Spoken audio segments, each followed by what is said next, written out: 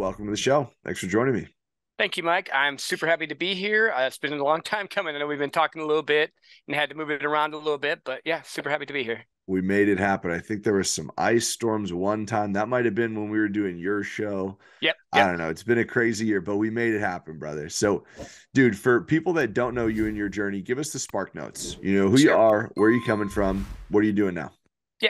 So I fell into sales. Like I was in the Midwest doing the whole, you go to get a job, you do the thing, you get married young, you're supposed to stay with that company for forever. Anyways, they downsized and I ended up having to take 100% commissions jobs, not having a clue about sales, not knowing anything about it, and have a young family, kids, and all. So it was scary.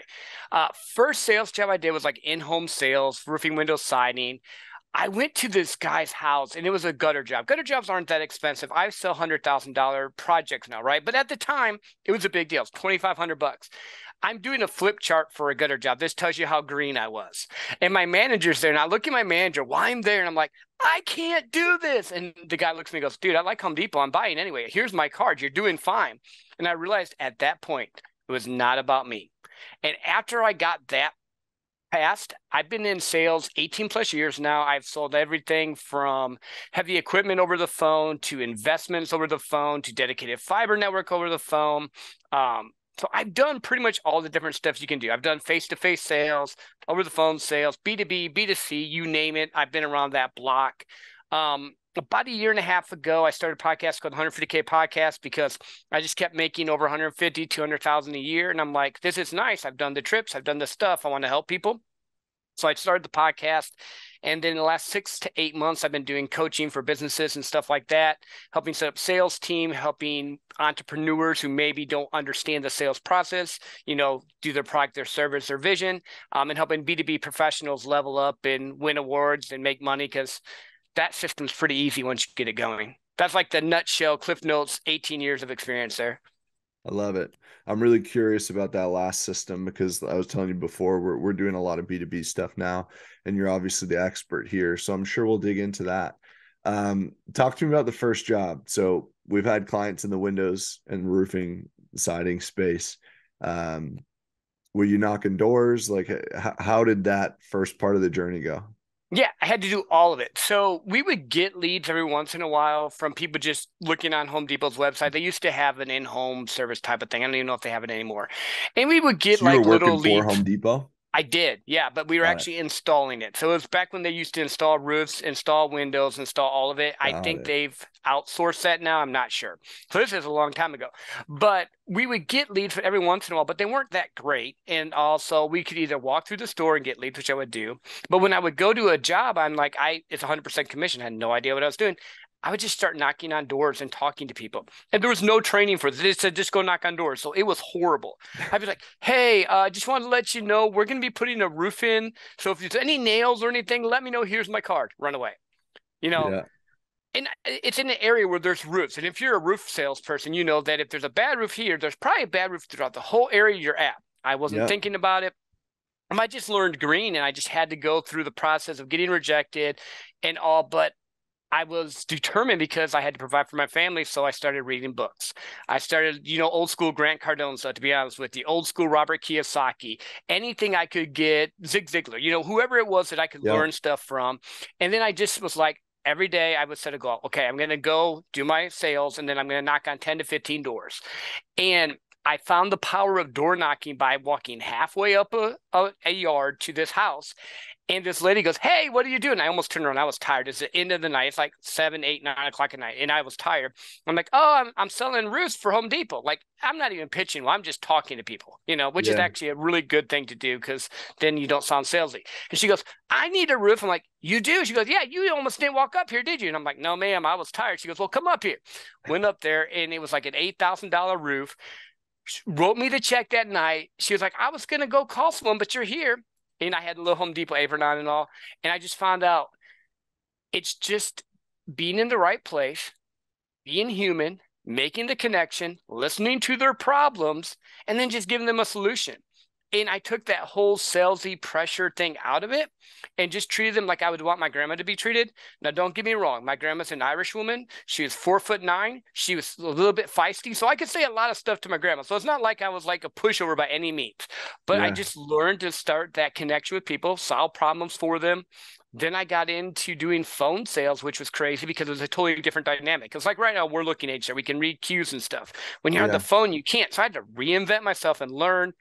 And yeah, it's just an interesting thing. But door to door, you meet a lot of interesting people. Yeah. Um, and really, if you can do door to door, you can do pretty much any type of sales. Most billionaires started out actually doing door to door. Like the dude that did tequila, Paul Mitchell, he was selling encyclopedias. I heard his story once because I like reading biographies. He was just selling encyclopedias. That dates him. Door to door was how he started out. Now he has like a tequila brand Patron. He has Paul Yeah. Mitchell salon. Like he owns all this stuff. It's crazy. Yeah. It's interesting. So this will be episode 260, high 260s, low 270s, somewhere in there. And of those episodes, we used to do solo episodes for a while. So maybe call it 50 of them are solo episodes, right? Mm-hmm. So 210 plus interviews. And that is the number one trend, the number one common thread I've seen with the most successful people that I've been blessed to connect with and learn from on this podcast has been that common thread of some sort of door-to-door direct sales experience, like getting their teeth kicked in relentlessly. And door-to-door is the most common of them for sure. I'm curious of, so you mentioned like you were alluding to the relationship building aspect, which Mm-hmm. obviously serves you in the B2B world. It serves you in all of sales, if we're being honest. Um, and I'm curious of your perspective on this because I think about this a lot. And I'm not sure how much of this is just me being like self-deprecating for humor purposes. But I think about, I mean, I've been in sales for a really long time. Not quite as long as you, but like over a decade. First job in like eighth grade was selling skis and snowboards and high-end Mm-hmm. bikes. Yep. I mean, dating back to like fifth grade, if you count my duct tape wallets, all the way to where we're at right now. And I think about it and I always go back to the fact that like I don't think I'm some shark, and I don't mean that in a bad way. Mm-hmm. Like I don't view shark as a negative term. I'm kind of using that language to speak to that like stone cold killer, right? Like the dude that's just the closer and Yeah. just like can handle every objection, like all-star stud. I just don't think I'm that dude. I think that I can relate to people. I think people like me, and I think I have a good offer to sell. And I think that's why I get by with a really good closing percentage. So, with that context in mind, I'm curious of your perspective on this. When you have that personability, like I Mm-hmm. don't know if that's the right word. Is that a It word? works. Yeah, It it works. It's works, a word. right? It's a word. You can connect with people. People want to chat with you. They want to be around you. When you have that, did that alleviate your need to become some crazy good salesperson, or how did you navigate that relationship? Do you see where I'm trying to go with Mm-hmm. that Yep. question? Yep. Well, because I think a lot of times people think it's one or the other, but it can be Yeah. both. So I can be a stone cold killer and be super nice and super relatable and connect and bring you down the path of the sale. In fact, a Yeah. lot of times that's what I do, because I've done super high intensive sales with like the top 5% in the world when I sell oil and gas investments, and I had to call them out. I had to literally say, you know what, Mike, if you can't invest in this, I got other people. If $100,000 is too much for you, that's okay. Like I've had to do that type of thing before, but Yeah. it comes down to what are you most comfortable with? What product are you selling? And do you need to keep a relationship with this person for a long time? Now, my philosophy is relationships first. I am all about developing relationships, connecting with people, and keeping that relationship going. I do not subscribe to or like the transactional nature of sales. When I was younger, that's what I did because that's what I had to do. Once I learned that, there's a better way, I've reframed my mindset to where they don't even know you're closing them because you've connected with them, because people want to be seen, they want to be heard, and they want to make sure you can handle their problems. So if you take care of those, that's most of your objections. Now you're on value and price. That's it. Because once they're seen, heard, and you feel and understand the problem, you have enough value, they're going to buy as long as the price is not too crazy. Well, if you bring at least 4 times the value to them, they're going to buy. It's typically statistics wise. And it's just learning your style and pattern, because I know a lot of guys that are really good at the pound, pound, pound, and like what you'd see on TV, the closer. And in Yeah. reality, they close a lot, but they also have a lot of breakage. I don't like breakage. I don't like chargebacks. I don't like customers calling me saying, hey, you said this. I'm just 100%, and I think it actually worked better for you. I can't remember the guy's name. The guy that wrote Relentless. Relentless. You have closers Grover. and you have cleaners. Yeah, Yeah. Grover. I'm a cleaner. What I do is I connect with them so much that we're doing it together. They don't even realize that they're being closed because we're a team. I'm building it up for them to help them. That's just my philosophy, how I do it. I Mm-hmm. don't, but you'll sell how you like to be sold too. So some people, they want to just have stuff laid out, pop, pop, pop, or the Grant Cardone method of just get them to say yes, get them to say yes, get them to say yes, get them to say yes. That's cool. I like to actually get them to say no. Why? Because now I actually have a negotiation. Now I actually know what their pain point is. So if I get them to say, no, that doesn't make sense, or no, I want this instead, now I know what the real objection is. Because if I get someone just saying yes, yes, yes, yes, they might sign, but a lot of times they're going to break off. Yeah. Is that answering what you're asking? Or I know I went Yeah. kind of in a little loop there. Kind of. Yeah. No, it makes sense. As you're saying this, I'm kind of placing myself. I don't know if it was in your sales journey or in my own, but like it's I'm like noticing these limiting beliefs that pop up. I'm like, oh, well, you must need this to solve that. Or like you must need this different component of the journey to rationalize and like get the volume or whatever. So I'm curious, what do you think are some of the most common, like two or three most common limiting beliefs that you think halt the growth of sales professionals on their journey?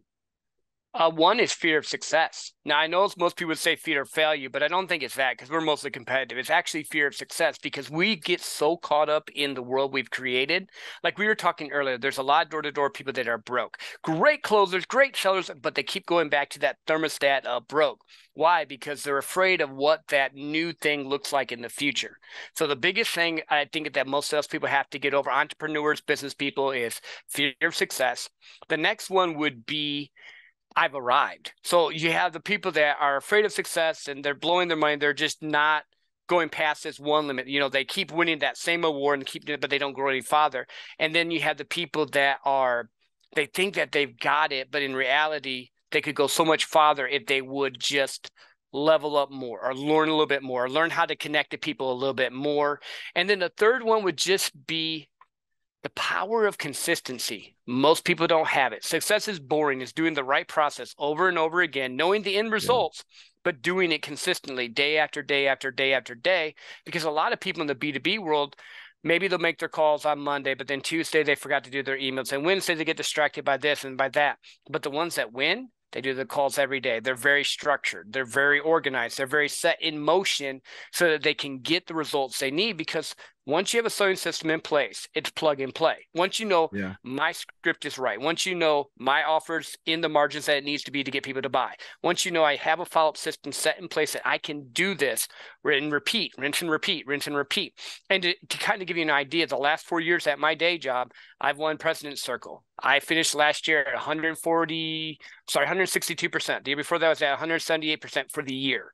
The year before that I was at 153%. Success can be scheduled, but you have to do the boring stuff that maybe most people don't want to do. No one likes to cold call. No one likes to do certain things. But if you do those things, just like no one likes to door knock all the time, if you do those things, you win. Yeah. I love the last one. I mean, selfishly, consistency is probably the most common word we hear on any call in our lead gen process whatsoever. Any conversation we have, any sales call, anything. It's the number one thing that we're helping people build. So selfishly, very grateful that you said that. I'm probably going to clip it and put it all over social media. Don't worry, I'll tag you. Sweet. But the other two are really interesting to me. Fear of success is one that I don't think I've personally been able to relate to. I've never really understood it. And maybe that's just the lens I look at life through. Maybe it's the season I'm in that it is in the blind spot. I don't Mm. know. Well, and I can Um, repeat it differently because fear of success is also imposter syndrome. So a lot of entrepreneurs deal with that. So what it is that they don't see the value of what they have to offer all the time as well. yeah. So like they have a gift, they have a talent. Like I'm really good at sales. I can look at a business, I can fix stuff. And my wife had to help me with it. She goes, "Why are you giving all this stuff away for free? This is not simple for them. It's just simple for you because you've already gotten there." But imposters don't feel like they're imposters because they're imposters. So if you're having that dealing with or that not being to the point where you feel enough to be in the room with, like, say, a Grant Cardone or say I'm just trying to think of people, Elon Musk, whatever. Like I go to a lot of network marketing or network events, and not marketing, but network events. And I mean with people that are like, way farther than I am at this point, but it's like you have a value to offer to them. It's Yeah. just you have to change your mindset. I just want to give a little bit more clarity on that, and I just put a different spin instead of Yeah, no, the that's first. helpful. Yeah, because I wouldn't put those two together, but I mean, I think it makes sense the way that you said it. Um, so let's start to take some of the other couple steps here. By the way, how are you doing on time? I know we started this late. I'm I want good. to be respectful of your time. Do you have a hard stop on the half hour, or can we flow over a little We bit? can go a little bit more. That's totally fine. Yep. Okay, perfect, perfect. So you're selling door to door, face to face, and then you kind of move into some other industries. Now you're in the B2B realm. Um, what led to those pivots? Was it just Mhm. like upward opportunity within the company? Was it bigger paychecks, selling bigger ticket? Like what led to those pivots for you? Learning to bet on myself. So I was doing 100% commission, and I had a buddy go, "Hey, you want to do e-commerce for schools, like whiteboards and stuff for schools?" I'm like, "Okay, cool." And he painted this great picture, and I tried it, and I failed. 100% Mm, failed at it. Fell on my face. He gave me a little bit of a opening bonus type of thing, but it just wasn't working. So I ended up having another friend say, "Hey, I have a heavy equipment thing. You want to at least come try it out?" And he had a little bit of a base. I'm like, "Okay, cool. I'm just going to try this with the base," because I was doing good with the door-to-door in-home sales thing, but going from door-to-door in-home B2C right into B2B with schools that only buy twice a year, which I didn't know when I got into the game, is a little bit of a crazy learning curve, right? yeah, So totally. failing forward, but still betting on myself, still having to provide for my family. So I went and started selling roofy or rippers, like the back ends of equipment over the phone. I never sold over the phone. So I started listening to Jordan Belfort, straight line system. Why? Because that was the guy I knew that was the expert in that industry. Something that I've always learned to do is never have to be the biggest room or biggest person in the room. I don't have to be that person. I want to learn from people that have done it before and then tweak it and make it mine. And I just Yeah. had to make the calls and get bloodied. And I went from there because the company I was working for ended up getting sold. Well, it got sold. They don't need me anymore as a salesperson. So I ended up going and doing oil and gas investments. And that was like Wolf of Wall Street. Now I'm talking to the top 5% of income earners in the world. And now I'm trying to talk them into invest in a super high risky wells that may or may not get oil back, and they could lose all their money. And it was just a totally different game, but I had to level up again because now I Mm, had to learn how to talk to CEOs, CFOs, presidents of companies. And again, there's always a learning component. Looking at the ability to value is risk versus reward. Is this going to make sense? And then eventually I found out that the wells were not hitting at all, and I just couldn't ethically sell it anymore because once I realized that, I had to believe in what I sell. That's another key thing with sales. If you don't believe in what you're selling, it's not going to work for you. I tried a couple other things, and then I went back to door again with Spectrum and sold TV and cable for a year and a half, just slinging it, doing that again. Had to humble myself because I was like here making great money, selling to the top 5%. And now I'm talking to grandpa in his underwear, coming to the door to door. So, we've been there. You understand that gambit. And then they started an inside sales team. I went back to being on the phone, selling fiber nationwide, and I got my process down with that. And that's when I started talking about making, 150, 250 year after year after year. And I'm like, well, now I want to help the dad that, maybe he was a sales guy and he wants to take his kids to Disney, his wife to Hawaii. And that kind of brings full circle to now I have the podcast and I started doing the sales coaching. But it's always been learning to level up, taking a calculated risk, not just a stupid risk. I'm not just going to just go jump and do something. I'm going to look at, okay, yeah. what is the benefits of this? Do I have the skill set to do this? Or can I learn the skill set to do it? And then every time I've gone into the job, with the exception of the last one, because I with the inside team, I literally was the first guy hired, and I've been their top person. But before that, every time I went there, I would always go to the top person and just figure out what are they doing, even if I had to humble myself and tweak it so that I can, become the person I need to be. Yeah. Okay. Awesome. So for the person that is, so you were knocking doors and then you moved into a more B2B realm, Yep. essentially being on the phones. For someone that is looking at that pivot, they're doing B2C, whether it's face to face, whether they're cold calling individual buyers, and then they're moving into B2C. We kind of talked about this before we press record. I'm sure we talked about it at some point here. Very different sales cycle. Mm-hmm. Yep. So, and I've made my mistakes on this. I was telling you about this before we press record. Like, didn't anticipate as long of a sales cycle, bloated my payroll at times to do X, Y, and Z. And like, you got to know this stuff as a business owner. So, for the person that is doing and like making some of those pivots, what should they be aware of? Like, what are some of the first couple things that they really need to make sure they understand and maybe have in place as they're making that pivot from B2C to B2B? Sure. So a couple of things. One, find out what their sales cycle is. That's huge. Two, a lot of B2B jobs will actually have a base while you're building because they know that you're not going to come out and knock it all the park the first week because businesses have budgets. They have multiple people they have to talk to. There's more stuff involved with it, with building it. But you eat crow for 6 to 9 months, but then you can make a repeatable system in the B2B world if you build your relationships, if you do your processes right, to where you can write your paychecks and it's actually easier, at least in my opinion. Because now I have clients that I come back to, and when they get a new site, they call me for it. When we get a new product, they call me for it. I become their guy. So now it's like I look at it almost like B2C, I'm helping as many people as possible. B2B, this is my business helping your business, and that's how I'm selling to you. And now I've taken away the whole pound shady type of sales thing, and I just have developed the relationship. And then there's processes with it too. So with door to door, you have a quick cycle. You talk to them once. You got to get them right at that moment. With B2B, it's more like a relationship.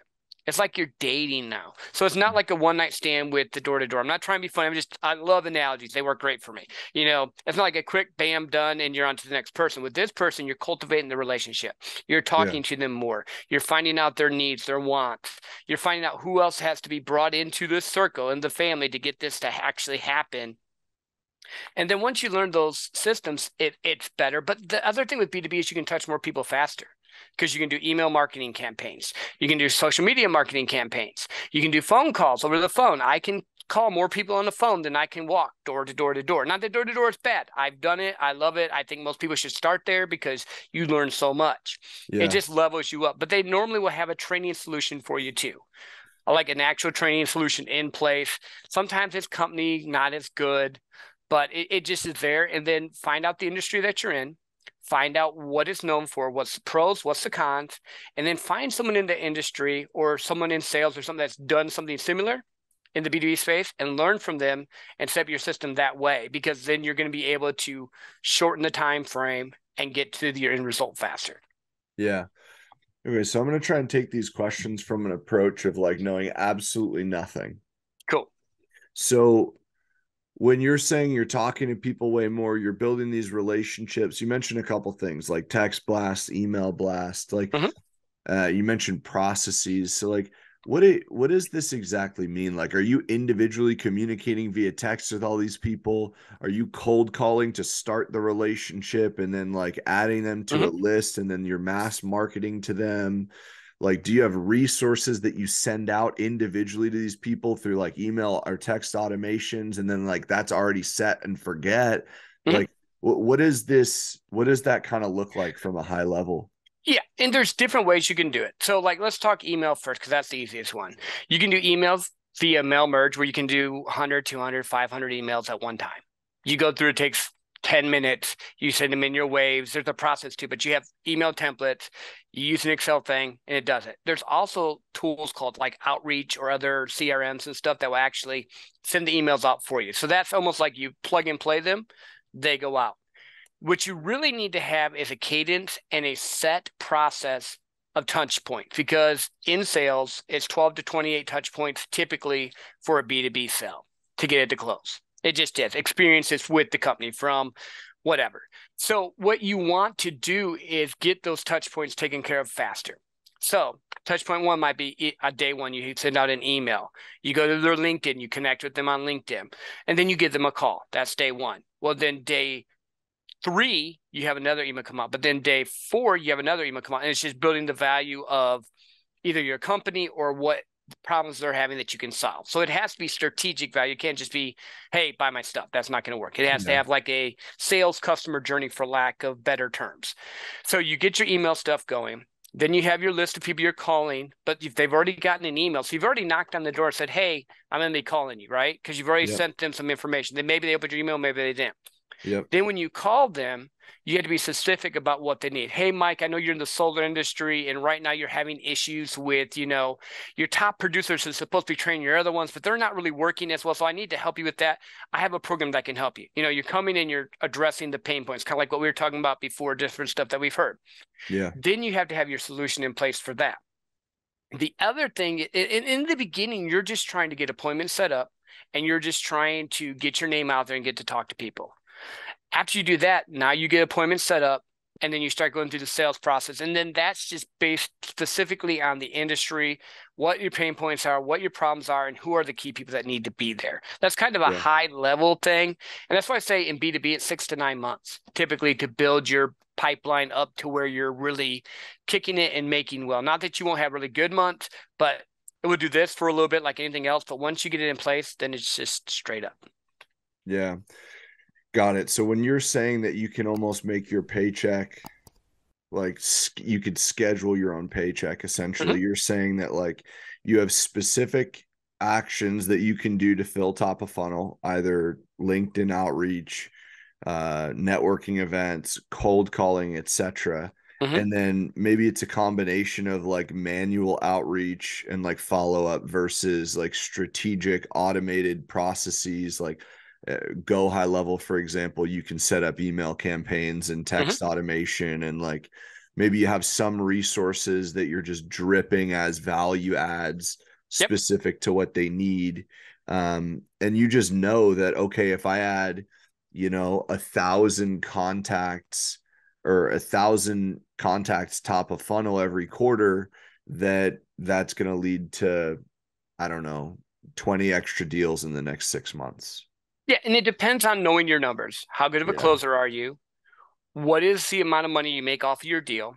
If you're making like 5K off each deal, then maybe you only need to close like, 4 or 5 a month to hit your numbers. If you're only making $100 off each deal, then you need to have more people in it. And then it's just having your system set up to where, okay, I'm going to do this many prospects. I'm going to do these many presentations. If I do 10 presentations, I'm going to get 2 sales. Okay, cool. So I need to do more presentations to make my money, or need to get better at presenting. Which way am I going to level up there? And then in B2B, have a follow-up system in place. So if they don't buy on the first time, or if it's a complex type of deal where you have to talk to them multiple times, have the next call set up, the next step set up so that you can schedule your success. So like with what I do with dedicated internet, a lot of times there's multiple products and there's different people. So I might talk to the IT director first, and then I'm going to bring in the president of the company who's the final decision maker. I'm talking to them about 2 different things, but having 2 separate meetings. And at the end of each meeting, I'm setting up the next call or the next thing. And then I'm reaching out to them saying, hey, cool. Based off your pain points, this is what you want. Are we still on target? And you just build that relationship. I call it closing the doors of doubt, pretty much. So you're taking them down the hallway. You want to get them to the last door, but you got to close all the doors so they can sneak off with. Competitors, budgets, crazy grandma, whatever it is that's, distracting them at that time to get them to the goal of working with you. Yeah. How often, because when the sales cycle is longer, like at least in the B2C realm, when it goes that long, you just feel like people are just lying through their teeth, right? They're full of shit. Yep. In B2B, like that's not necessarily the case. It might be, of course, but like odds are there's a lot of boxes that have to be checked. So 2-part question. Number 1, how often do you feel that way and have to fight the urge to be like, this dude is yanking my chain, right? And number two, how do you do that? Um, well, the first thing is you're always going to deal with that. Yeah. But the more you do it, and I'm sure you've heard this, but you have a term, you have to get bloodied in sales. You have to get in there, just like with door knocking, getting door slammed in your face. Same thing with B2B. The more you do it, the more you understand and learn, okay, this guy's really telling me the truth or he's not. You know, you can kind of get a feel for it and you can kind of gauge because you start asking questions like, you know what, hey, Mike, is this really something you want to do or are you just getting bids? Do you already have someone in place that you're really wanting to work with? You just need me to get you a bid. I can get you a bid. Like I will remember I told you I'm really nice all the time, but I can come back in and then when I need to, Yeah. because I have a established relationship, I'm going to ask that hard question. So you're always qualifying and making sure you're taking care of them, but you're just doing it off of this. Mike, you know what? You said that you needed to increase your sales system by 20%, and your goal is the fourth quarter. Well, if we don't implement this now, you're not going to hit that. So what I wanted to know is, are you ready to move forward with this project? Again, I'm just rehashing it back to his pain, his needs, and then bringing it back into how I can help. The Yeah. other thing is just knowing what your real sales cycle is. When you touch someone after you've been there for 6 to 9 months, you know, when I first start talking with Mike, it's going to take me right now 3 months to get him to close on average. I might get lucky and get a couple mics assigned in the first month, but normally I'm hitting 2 to 3 months and you'll start to learn your average. Well, if it goes beyond that, then you start finding, okay, is it something that I'm missing in the system? Or is it just this customer is really just what we would call in the industry a stroking me along, not wanting to do this? And sometimes people just don't want to, people don't like to make a decision. So sometimes you have to help them make a decision. And sometimes a no is really not a no forever. It's just a no for right now. Something's come Mm. up. Like to give you an idea, I had a deal that was going to go through, and then the guy got a new CIO, and he has to go through this whole process again. Had the contract on and staying, submitted it, forecasted it. In the B2B world, you have to forecast stuff, which is a whole nother topic. We don't have to go into that. So I had forecasted and everything, and all of a sudden he's like, we just got a new CIO. He has to prove everything. And now it's a 2 month ordeal. The guy really wants to do it. It's a need that they want. They have to have this product, but he has to now go through this process. So it's just Hmm. learning, okay, is he blowing me off? Or is it really there's something that's legit that's come up and now I just got to Yeah. work with his time frame? Yeah. No, that makes sense. I feel like you almost have to go with your gut a little bit. You And do. um, But you learn to go with your gut after you've been in the situations enough. yeah. And then when you're selling on the phone, just like in person, we read facial stuff. You can learn how to hear it in their voice and what they're saying. And now, because everyone uses Zoom, like we're on Zoom right now, everyone's Yeah. using Zoom. So it takes away that whole just over the phone thing. Now I can see your expressions when I say something. If you think I'm saying something great, or if you think, oh God, what is he saying that for? You can see it because people don't guard their face. And a lot of Yep. times everyone's used to turn their Zoom on. Sometimes I'll forget to turn my Zoom on. I'm like, oh, I forgot we got people in the background, but they'll leave theirs up, which gives me an advantage because now I can write notes and do stuff. And I'm watching their facial expressions, but they can't see mine. Yeah. No, that makes sense. I mean, I guess to amend my previous comment, because the more that I think about it, like, yeah, it's partly gut, but my gut tells me that they're full of shit. So like then you almost have to fight that urge as well until, Mm-hmm. to your point, you get the experience, you get the data, and you get the vantage points of, that might not necessarily be true. So let me not operate as if it were true, because then I'll kill this deal right now Yeah. versus giving myself the opportunity, right? Kind of like I guess it's what's it? Robert Kiyosaki talks about like true. I don't know if it's true intelligence, true competence is being able to stand on the edge of the coin and look at both sides, Yeah. Yep. right? Kind of that concept. Um, that's interesting. Yeah. What is what is the thing that, so still through the context of that person moving from B2C to B2B? What is the thing that most people are not necessarily concerned or aware of that they should be aware of or concerned about focusing on as they make that pivot? Um, the longer cycles still really that's the thing because if you're in the B2C world and you're crushing it, like whether you're selling roofing, window siding, solar, cars, widgets, whatever, and it's just that quick sell, that quick high, you're going to have to retrain your body to understand that it's a longer process. You're going to have to do the boring things you might not like to do in the beginning more. You're going to have to prospect. You're going to have to send the emails out. You're going to have to make the calls. You're going to have to do the presentation. It just, if you are used to that quick, pound fix, That's not how the B2B world works. So you have to be able to adapt and grow and change. Now, I'm sure there's some people that would tell you, oh, you can do it, and they probably have some success.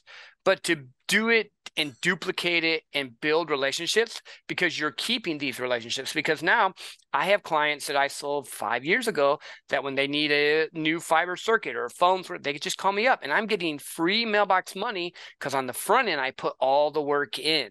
So it's really more of Yeah. having your own business instead of a sales job in my mind. That's just how I think about it. Because now I'm treating them like, well, crap, I can't just screw Mike here and just get him real quick because Mike has 8 other locations I want to get in the future. I need to make sure I'm taking care of him on this one, even if it's something that maybe doesn't pay me as much in the beginning. Like I'm going Yeah. to solve a little problem for him, maybe get a little bit of stuff so that I can earn the right to ask for the big business. Mm. It's such a good way to think about it. And even for business owners here, I want to underline that people should be thinking about it that way. Like, what do I need to do to earn long-term business? Mm-hmm. Like, as you're saying that, I'm thinking about like, wow, all of our business, why did they not continue? Why did we not generate referrals? Like, what would we have had to do? What would the delivery have needed to look like in order to generate that type of result, that type of long-term relationship, whether it's ongoing retainers, continued contract renewals, or just simply referring all of their friends and family and colleagues? Like, Mm-hmm. what does that need to look like? That's such a powerful perspective, at least for long-term growth. And if you are that salesperson, think about it that way. Like, it's I mean, I sell to salespeople all day, and yeah, it's technically B2C because historically it's been individual reps, but really, like, that's also B2B Mm-hmm. because each sales rep has their own book of business. Like, Yep. they control their income. Their hand is on the faucet, Mm-hmm. right? And whatever they do on a daily basis dictates how they turn that faucet. Yeah, I call it entrepreneur light. You maybe don't have the overhead, but you got to eat to kill. Like you have to kill to eat. You have Yeah, to actually do the work. 100%. 100%. Dude, I've really enjoyed this. I could probably continue because selfishly, I want to learn everything from you, being the top performer in your company and me moving into B2B. Uh, Dude, where can people find you? Sure. Plug away. Yeah, pretty easy. So I have a podcast called 150K Podcast. You can find that on Apple, Spotify, Breaker. I'm on iTunes. That's great. Easiest place to catch me is on Instagram at the 150K Podcast. It's me. So if you shoot a DM, I don't have a VA, you're going to actually get to talk to me. And that's the quickest, easiest way. And it's 150K, the number is 150K podcast. You don't write out 150K podcast. I had someone do that once. I'm like, no, dude, that's way too long. Yeah, that'd be crazy. It's almost as bad as spelling Sesniak. Yeah. That's rough. Okay, dude, that's awesome. Guys, show Joe some love. All that will be connected and on the podcast. Go 5 stars, written review, you know the deal. Um, Joe, last question I have for you. Going all the way back, getting to that point where you had to take that commission only job, selling windows, siding, gutters, working for Home Depot, knocking doors, getting your knuckles bloody, learning sales, right? Then moving into some of the other industries that didn't quite work as well, getting back on the doors after moving away from the oil rigs, getting back on the doors, earning your stripes again, and then moving on to the phones and really embodying this B2B space that you've made your own and now absolutely crushed it with. Now you have the coaching, the consulting, the thriving podcast, all the above. Like, this entire window. What's been the biggest lesson that you've learned that has yielded the most results and had the biggest impact on your life and in your business? It's going to be not what you think. It's going to be building my relationship personally with me because we're the secret sauce. Most people don't get that. Most people think it's strategy, it's tactics. And my coach, and I'm going to give him credit, George Bryant, has gotten me to do this. I do a stillness practice every day. I take 10 minutes to build the relationship with me. I do walking meditations. I do different things to build myself up because we are in such a crazy environment where we're go, go, go, go, go. We don't ever have time to build ourselves up, think about what we want to do in our life, journal, become the person we need to be, because we always think it's strategy and tactics. But here's the thing. Sales professionals, I'm talking to you. Entrepreneurs, I'm talking to you. You're the secret sauce. If you're not building yourself up, if you're not leveling up, I'm not just talking about reading and all, I'm talking about actually just spending time with yourself and letting your creative genius come out. You're just the next cookie cutter person. But the way you distinguish yourself, your business, your sales career, everything you do is based off of simply sitting with yourself, writing it out, and leveling up, whether that's working out, whether that's reading, whether that's just a walk in nature, whatever that is for you. I'm not putting a box on it. I would suggest the stillness thing because that's helped me like crazy because I am a go, go, go all the time person. But building that relationship with you. And then the only other thing I would say is networking events. The more people that you can get around that will support you, that think like you, entrepreneurs especially, sales professionals too, we're in a cutthroat thing.